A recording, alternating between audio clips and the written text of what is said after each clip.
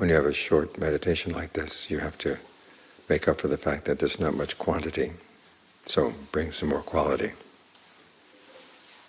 Where does the quality come from? It comes from your effort and your alertness. You want to be really alert to what you're doing, which means you have to be able to step back a little bit from your thought worlds. Most of us live in a thought world, and then we drop it, and then we live in another one. And there's a moment of unconsciousness between those worlds. As we go from one, we suddenly wake up and find ourselves in another. And we've forgotten the fact that we've actually left the first one. We're just reborn suddenly. And that's why most people are reborn in samsara anyhow, because there's a blanking out. So you've got to learn how to see through that. Otherwise you just wander all the time. And then you have trouble remembering where you were.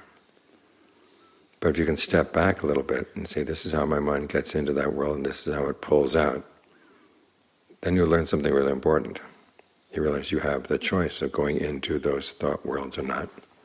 So when you're with the breath, you also have to have a part of your mind surveying things, surveying both the mind and the breath to make sure they stay together. And if the mind shows any signs of wanting to wander off, you've got to give a warning. Say, we're here to meditate, you're not here to wander around. In this way you begin to develop some continuity, because where does deep concentration come? It comes with little moments of concentration strung together. Simply that as they get strung together, they get bigger and bigger and more solid.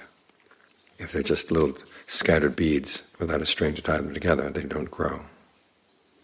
This is where the analogy begins to break down, but you get the idea. So try to string things together, which means watching yourself as you focus in on the breath, watching yourself as you see that the mind is beginning to move, and look for something else and learn how to say, no, you're going to stay right here. So it's a combination of alertness and ardency that allows you to see what's going on. And when you can see what's going on more clearly, then you are more in control. Otherwise it's pretty random. You think the thoughts you want to think, and you don't have to think the thoughts you don't want to think. That's one of the goals of the practice. And you also want to improve your standards for what's worth thinking and what's not worth thinking. And it starts with little things like this, being able to watch your mind in action and learn how to say yes and no in an effective way. And that's how the training develops.